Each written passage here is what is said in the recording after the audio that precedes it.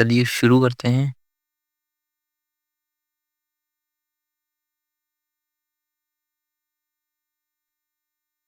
So first question is, दंत चिकित्सक अवतल दर्पण का उपयोग यह देखने के लिए करते हैं।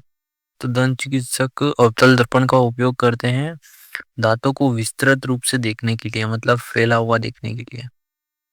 ठीक है, मतलब जिसमें सब कुछ, जैसे दर्पण है इसके अंदर सारे दांत दिख जाए, हमारी शक्ल और सारे वो सब जूम करके दिख जाए, मतलब उसमें बारीक से बारीक चीजें दिख सके, कीटाणु वगैरह सब।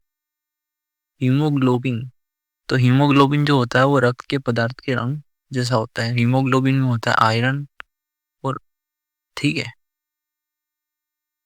निम्न में से कौन सी भोजन श्रृंखला का प्रकृति में अस्तित्व है?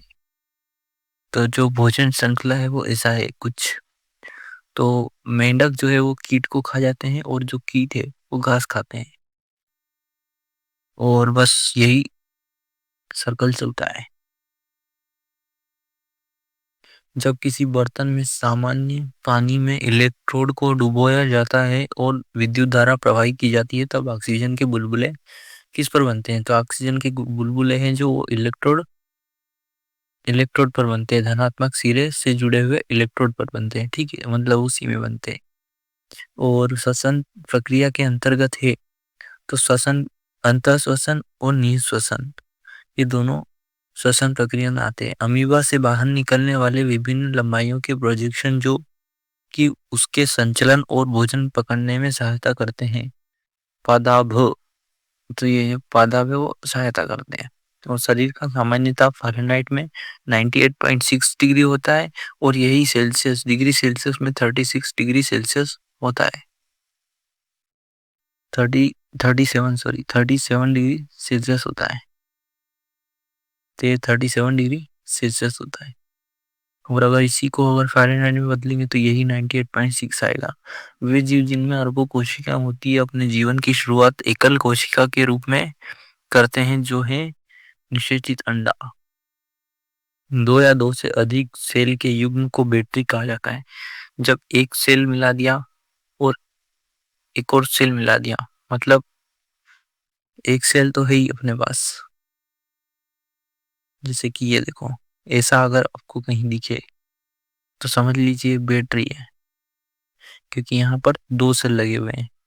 एक तो ये सेल हो गया और एक ये सेल हो गया, तो ये 2 सेल का मिलकर एक बैटरी बन गया। और मूत्र के संगठक है, तो 95% जल, 2.5% यूरिया और 2.5% अन्य व्यय पदार्थ, मतलब 95 तो ये हो गया। अब बचा 5, तो ये 2.5 और ये 2.5, इससे हम याद कर सकते हैं। कौन सी धातु स्वचालित वाहनों द्वारा उत्पन्न निष्कासित गैसों में उपस्थित होती है? तो जो सीसा है वो उत्पन्न निष्कासित गैसों में उपस्थित होता है। निम्न परिवर्तनों में से कौन सा रासायनिक परिवर्तन नहीं है? और रासायनिक परिवर्तन, जैसे लोहे में जंग लगना, ये एक रासायनिक है।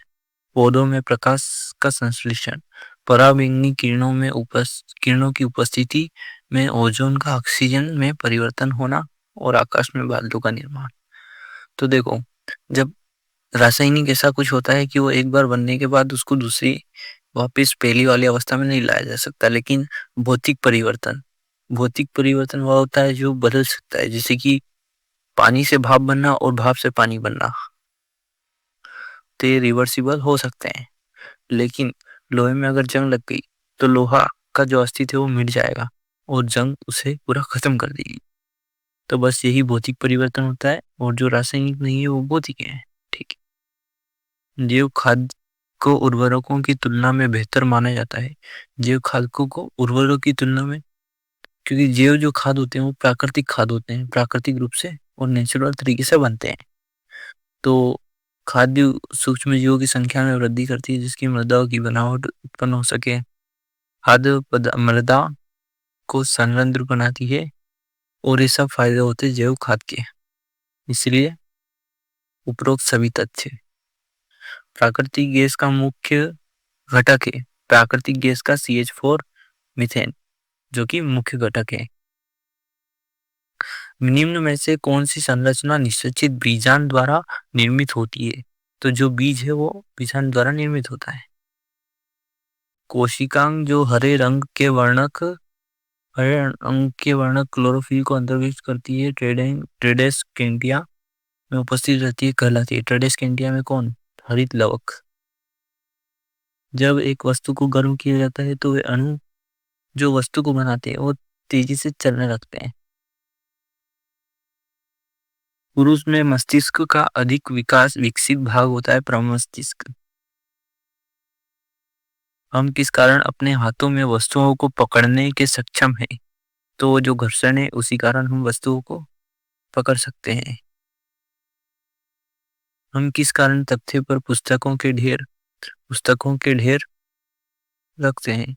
तो जो सर्पी घर्षण, नहीं सर्पी घर्षण नहीं, वो तो बेलन में होता है। स्थैतिक घर्षण, स्थैतिक मतलब वस्तु स्थित रखी हुई है, स्थैतिक घर्षण के कारण वस्तु स्थित रखी रहती है।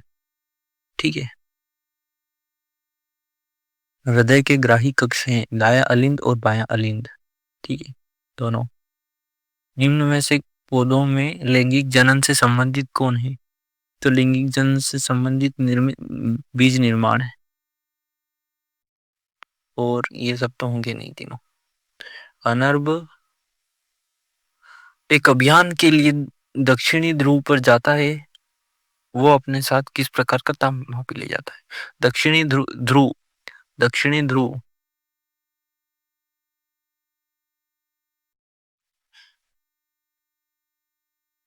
तो जो दक्षिणी ध्रुव है वो अंटार्कटिका में, और अंटार्कटिका में इतनी ठंड होती है कि वो एल्कोहल तापमापी सिर्फ वही काम आता है जो कि -115 डिग्री सेल्सियस तक तापमान माप सकता है। तो वहां पर ये यूज में लाते हैं, दक्षिणी ध्रुव में, अंटार्कटिका में।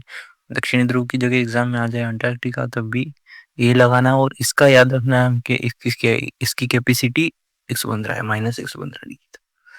और अंटार्कटिका दक्षिणी ध्रुव में है। ठीक है। वह भौतिक राशि जिसके पूर्ण विशिष्टीकरण परिणाम और दिशा किस राशि में होती है? तो परिणाम और दिशा सदिश राशि में होती है। सदिश मतलब दिशा के साथ परिणाम और दिशा। और कोशिकीय श्वसन इसमें होता है। सभी जीवों की समस्त कोशिकाओं में कोशिकीय श्वसन होता है।